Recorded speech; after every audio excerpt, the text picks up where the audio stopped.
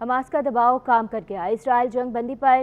راضی رفح پر حملہ کرنے کا ارادہ بھی ترک کر دیا گیا۔ گزشتہ 6 ماہ سے زائد عرصے سے اسرائیل اور حماس کے درمیان جاری جنگ میں اہم پیش رفت سامنے آئی ہے اور غزہ جنگ بندی کے حوالے سے جلد معاہدہ طے پانے کا امکان ظاہر کیا جا رہا ہے۔ غزہ میں جنگ بندی معاہدے پر مذاکرات کے لیے قاہرہ میں امریکہ اور مصر کی سربراہی میں بات چیت جاری ہے، جبکہ اسرائیلی حکام اور حماس کی قیادت بھی مذاکرات کے لیے مصر کے دارالحکومت قاہرہ میں موجود ہے۔ اس حوالے سے اسرائیلی میڈیا کا دعویٰ ہے کہ قاہرہ میں غزہ جنگ بندی پر معاہدہ ہونے کا امکان ہے، تاہم غزہ جنگ بندی معاہدے کے کئی مراحل ہوں گے۔ اسرائیلی میڈیا کے مطابق اسرائیلی فوج غزہ پر مزید حملے نہیں کرے گی اور حماس کی جانب سے اسرائیلی مغویوں کو مرحلہ وار رہا کیا جائے گا۔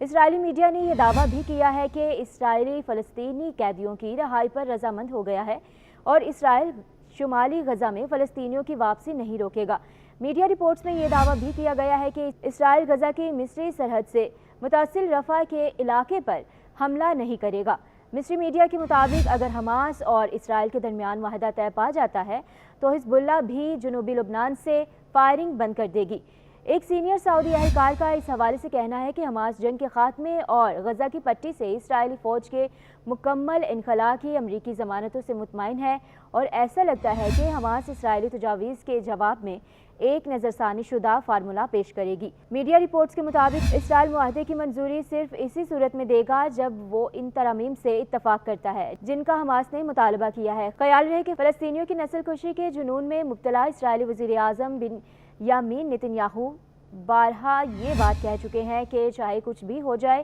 رفح آپریشن ضرور ہوگا اور ہم حماس کے خاتمے تک جنگ جاری رکھیں گے۔ ادھر یمنی حوثیوں نے اسرائیل کے رفح پر حملے کے جواب میں بڑا اعلان کر دیا۔ حوثی فوج کے ترجمان یحییٰ ساری کا کہنا ہے کہ اگر اسرائیل نے رفح پر حملہ کیا تو بحر روم سے گزرنے والا ہر وہ جہاز جو اسرائیل کی طرف جائے گا، اگر وہ ہماری رسائی میں ہوا تو ہم اسے نشانہ بنائیں گے۔ یاد رہے کہ یمن کے حوثی غزہ پر اسرائیلی حملہ ہونے کے بعد پہلے بھی اپنی حدود سے گزرنے والے بحری جہازوں پر حملے کرتے رہے ہیں اور بہت سے جہازوں کو عملے سمیت قبضے میں بھی لیا گیا ہے۔ اسی سال مارچ میں یمن کے حوثیوں نے خلیج عدن میں کمرشل جہاز پر میزائل حملہ کیا تھا، جس کے نتیجے میں 2 سویلین میرین ہلاک اور 6 زخمی ہو گئے تھے، جبکہ 2024 کے پہلے ماہ میں بھی حوثیوں نے بحیر احمر میں امریکی بحری جہاز کو بیلسٹک میزائل سے نشانہ بنایا تھا، جس کی امریکی فوج نے تصدیق کی تھی۔ یمن کے حوثیوں نے چند ماہ قبل بھی یمنی صوبے سعدہ کی فضائی حدود میں امریکی ڈرون طیارے کو مار گرانے کا دعویٰ بھی کیا تھا۔ یاد رہے کہ یمن کے حوثیوں نے غزہ میں اسرائیلی کارروائیوں کے رد عمل کے طور پر